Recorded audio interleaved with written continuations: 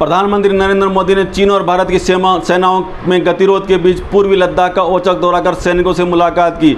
उधर चीन ने इस पर प्रतिक्रिया देते हुए कहा कि किसी भी पक्ष को ऐसा कदम नहीं उठाना चाहिए जिससे सीमा पर हालात जटिल हो। जहां उन्होंने वायुसेना, सेना और आईटीबीपी के जवानों के साथ बातचीत की, वहीं मोदी के साथ प्रमुख रक्षा अध्यक्ष जनरल विपिन सिंह रावत, सेना प्रमुख जनरल एमएम नरवणे भी थे। उनकी तरफ से लद्दाख में चीन के साथ बने हालात पर प्रधानमंत्री नरेंद्र मोदी को विस्तृत रिपोर्ट दी गई। आपको बता दें कि पूर्वी लद्दाख से सटे चीन के इलाके में चीन और पाकिस्तान का शाहीन बाग नाम का युद्ध अभ्यास चल रहा है। उसके बाद से चीन ने दौलत बेग, ओल्डी, गलवान नाला और पेंगोंग लेक पर अपने 5000 से ज़्यादा सिपाही टेंटों के साथ तैनात कर दिए थे।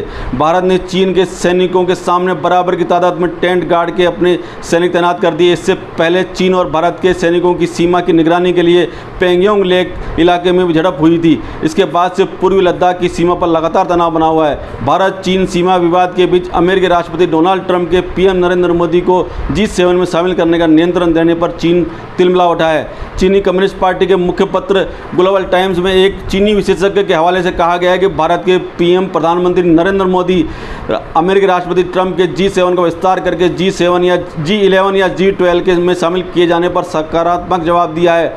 चीनी समाचार पत्र ने एक तरीके से धमकाने के अंदाज में कहा है कि G7 के विस्तार की योजना में शामिल होने की कोशिश कर भारत आग से खेल रहा है। G7 दुनिया की 7 सबसे बड़ी और उन्नत अर्थव्यवस्था वाले देशों का समूह है, जिसमें Canada, France, Germany, Italy, Japan, Britain और अमेरिका जैसे देश शामिल हैं। अब ट्रंप G7 का विस्तार करके इसके G11 या G12 बनाना चाहते हैं। इसमें भारत, ऑस्ट्रेलिया और ब्राज़ील को शामिल करने की योजना है। रूस को शामिल करने को लेकर विवाद चल रहा है। ग्लोबल टाइम्स ने कहा है कि भारत अमेरिका की G7 के विस्तार का विचार भू राजनीतिक गणित पर आधारित है। इसका मकसद चीन की घेरेबंदी करना है। अमेरिका का G7 में इसलिए शामिल करना चाहता है क्योंकि नई दिल्ली न केवल दुनिया की 5वीं सबसे बड़ी अर्थव्यवस्था बन गया है, बल्कि भारत अमेरिका की इंडो पैसिफिक रणनीति का भी एक अहम स्तंभ बन गया है। चीन को इंडो पैसिफिक इलाके में संतुलन करने के लिए अमेरिका लंबे समय से क्षेत्र में भारत की भूमिका बढ़ाने के प्रयास कर रहा है।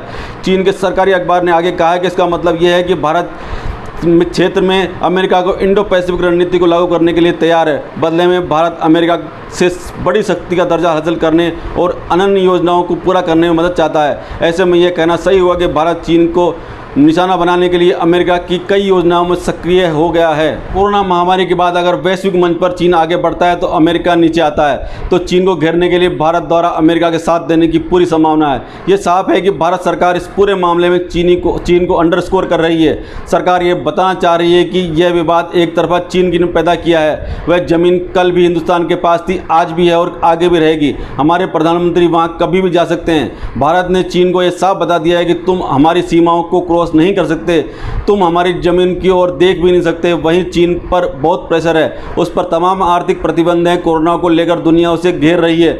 वहाँ इंटरनल पॉलिटिक्स भी चल रही है। चीन का सबसे ज़्यादा घबराहट अमेरिका से नहीं, रूस से है, क्योंकि रूस इस समय अभी भारत को हथियार देने का फैसला कर चुका है। भारत के साथ बातचीत कर रहा है। इसके चीन परेशान है। अमेरिका के चलते रूस चीन के साथ मजबूरी में आता है, लेकिन वो चीनियों पर विश्वास नहीं करते।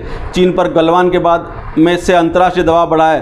पहले एशिया और दक्षिण चीन सागर में छोटे छोटे टापुओं पर कब्जा कर लिया। इससे उसका घमंड बढ़ गया है और कोई इसके खिलाफ कुछ नहीं बोल सकता, इसलिए उसकी गणित और आगे चल रही है। अब पहली बार भारत ने खुलकर बोला है, इसके बाद बाकी देश भी उसके खिलाफ बोलने को आगे आए हैं। यदि आपको ये वीडियो पसंद आए तो प्लीज़ लाइक, शेयर और सब्सक्राइब जरूर करें। धन्यवाद।